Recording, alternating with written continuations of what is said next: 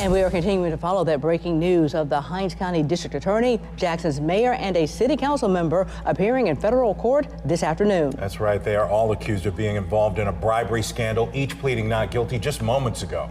16 WAPT's Ross Adams joins us live with details of the indictment. And Ross, the information was just unsealed this morning.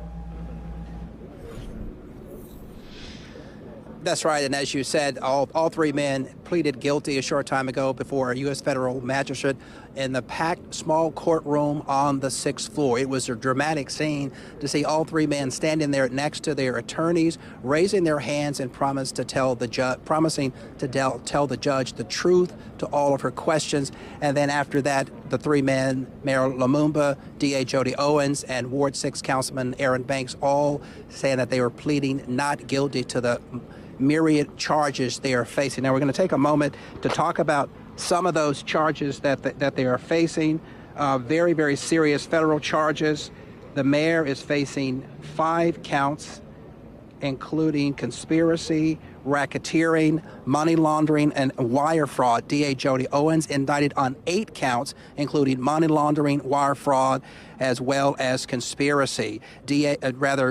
Councilman Aaron Banks is facing charges for conspiracy and bribery. Now, as we've been talking about this for months and much more about this morning, this case all surrounds a project in downtown Jackson next to the Jackson Convention Complex for what was essentially a fictitious plan to build a hotel for the Jackson Convention Complex, which was orchestrated by a group of undercover FBI agents who were posing as developers as they came to the capital city.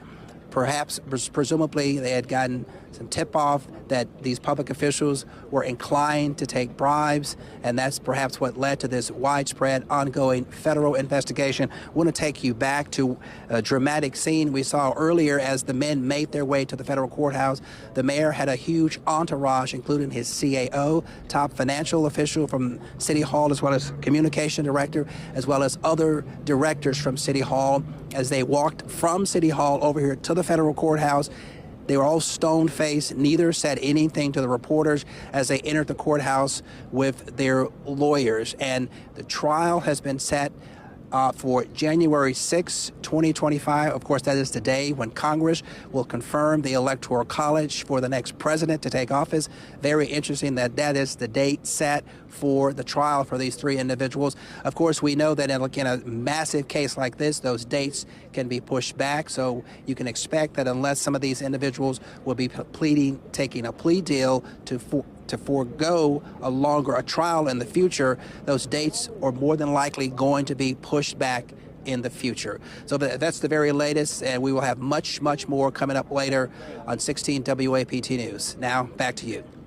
All right, Ross, thanks. Well, the governor is traveling in the Delta today, but he was asked about these new indictments. Now, if a district attorney were to resign, it would go to the governor. That did not happen, but this is what Governor Tate Reeves had to say about the happenings of today.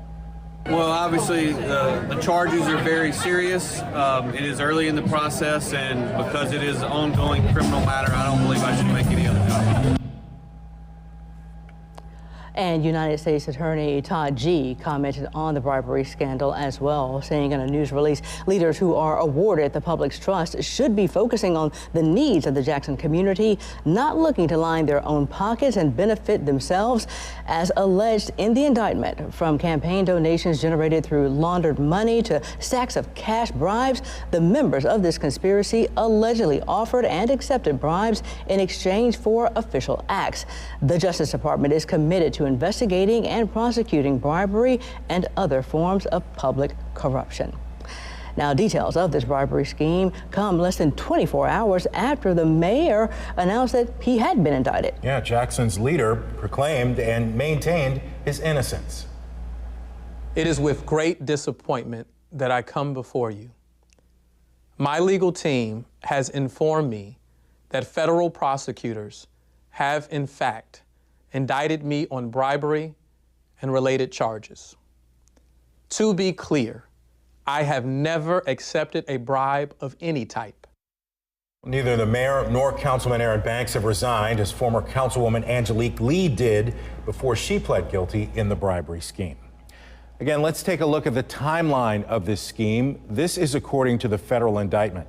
In December 2023, Hinds DA Jody Owens accepted $125,000 in cash from 2 undercover FBI agents. In January 2024, Owens and Councilman Aaron Banks determined the price for Banks' support and votes is $50,000. The next month, Banks receives $10,000 from developers in exchange for future votes. Then in March and April of this year, while on a trip to South Florida on board a private yacht, Owens converts $50,000 in bribe payments into 5 $10,000 campaign checks to the mayor. Now, you may recall earlier this year, our cameras were recording after the FBI raided the downtown office of the district attorney, as well as a cigar shop that he owns in downtown Jackson. We saw agents carrying several boxes out of the building. This all happened back in May. And as you can imagine, members of the Jackson City Council are also commenting. They say that they are worried most about losing the public trust. First, it was former Councilwoman Angelique Lee, who stepped down back in August after pleading guilty to bribery charges. And now the mayor is entangled in this scandal, as well as we now see Councilman Aaron Banks. The remaining council members say they must shift to restoring their reputation.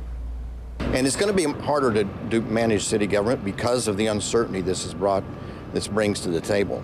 So we're just going to have to work hard and do everything we can to restore confidence, and that means following all the rules, and dotting all the I's and crossing all the T's and staying in our lane and doing it by the book.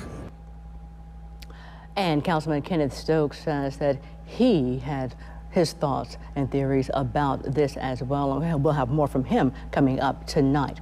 And Council President Virgie Lindsay, she issued a statement that says her intent is to speak directly to the people of the city of Jackson. She says, quote, "I know you to be patient, open-minded, and empathetic, especially in times of duress. I remind myself that the presumption of innocence is in a bedrock of principles of our criminal justice system. Therefore, I will remain steadfastly focused on the work of our city council and trust the legal system to unfold without undue commentary from me. I will, however, share pertinent information with you as appropriate. Please keep the faith in our collective power to thrive." And as we have from the beginning, we will continue to monitor the aftermath of this Hinds County bribery scheme. Yeah, tune in to 16 WAPT News at 5 for live coverage. More information on today's hearing is coming up. We'll also have live reaction. In the meantime, a lot more details are on our website. Just head to WAPT.com.